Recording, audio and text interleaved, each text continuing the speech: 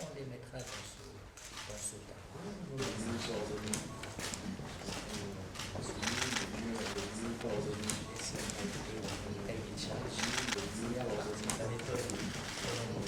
Deux réponses. Le premier, c'est que, vous l'avez évoqué, le Maroc et la France ont joué un rôle important dans ce projet. C'est la France qui a été à l'initiation de l'UPM comme héritière du processus de Barcelone en 2008 déjà. Et la France a également essayé de dynamiser ce processus par la suite.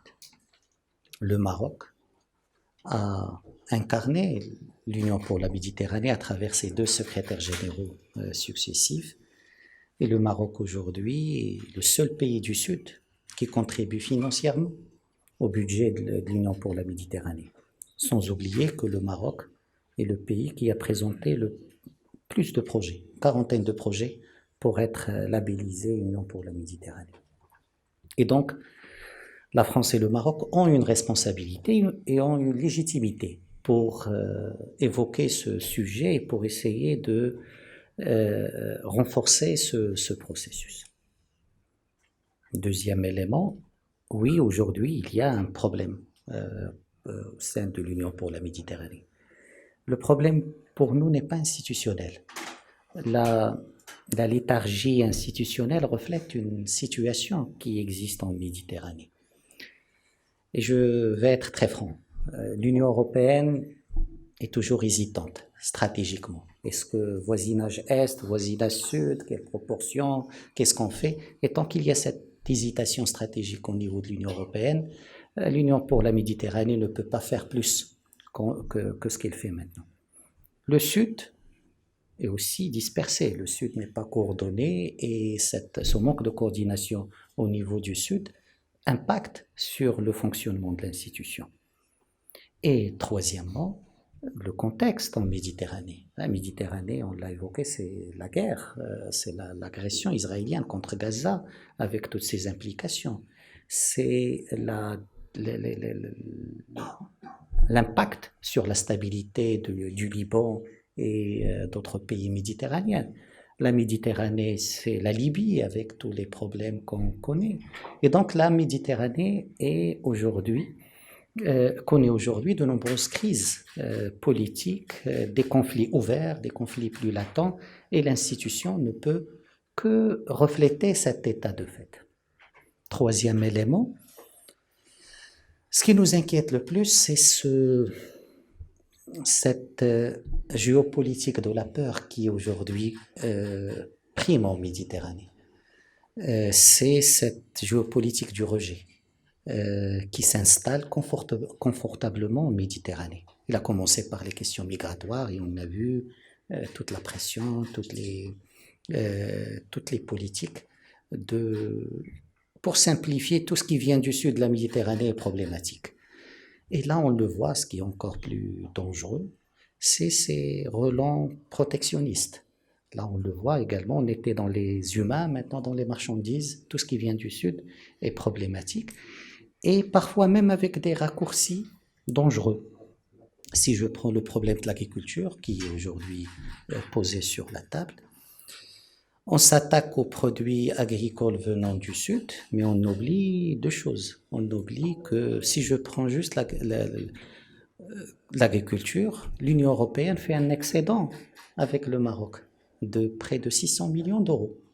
Et c'est l'Union européenne qui exporte plus vers le Maroc de produits agricoles, céréales et autres. Et donc aujourd'hui, mettre la pression sur les produits du Sud n'est pas juste. Le libre-échange lui-même, c'était une initiative européenne, M. le ministre l'a rappelé, l'accord d'association, et aujourd'hui l'Union européenne fait un excédent de 10 milliards d'euros avec le Maroc.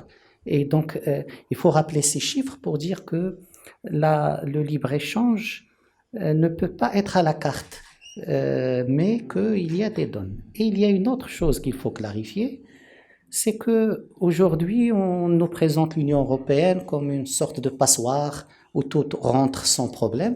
Or, on a négocié des quotas, on a négocié des normes phytosanitaires et donc l'Union européenne a été très tatillonne dans les conditions et aujourd'hui on fait des raccourcis pour poser un problème plus de perception politique que de problèmes commerciaux. Pour terminer, bien sûr, le Maroc et la France doivent aujourd'hui travailler ensemble pour faire renaître cette union pour la Méditerranée. On doit choisir. Et pour nous, ce n'est pas le moment des bilans, c'est les moments de choix. Est-ce qu'on veut une union pour la Méditerranée politique ou est-ce qu'on la veut technique? Mais on ne peut pas rester dans cette hésitation. Si on a l'Union pour la Méditerranée, pourquoi on va discuter de la Libye ailleurs? Pourquoi on doit discuter du Moyen-Orient ailleurs? Il y a suffisamment de crises en Méditerranée, mais aucune crise n'est posée dans le tour de table méditerranéen. La même chose, et il faut que le Sud assume, si on veut l'appropriation, il faut qu'on l'assume par la contribution financière. Il faut qu'on sorte de cette mainmise de la Commission européenne sur le travail de l'Union pour la Méditerranée. Il faut que les gouvernements aient le leadership et le pilotage du processus de l'Union pour la Méditerranée. Sinon, on restera dans cette hésitation, une Méditerranée des projets qui est peut-être pertinente, mais qui marche sur un pied. Où est le pied politique qui était à la base du processus de Barcelone?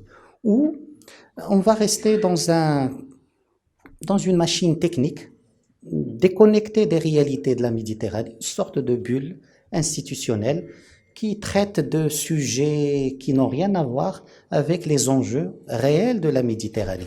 Et je pense, comme je l'ai dit au début, le Maroc et la France ont la légitimité, ont la connaissance, ont la responsabilité pour être au devant de cette réflexion sur le renouveau de l'Union pour la Méditerranée. Merci.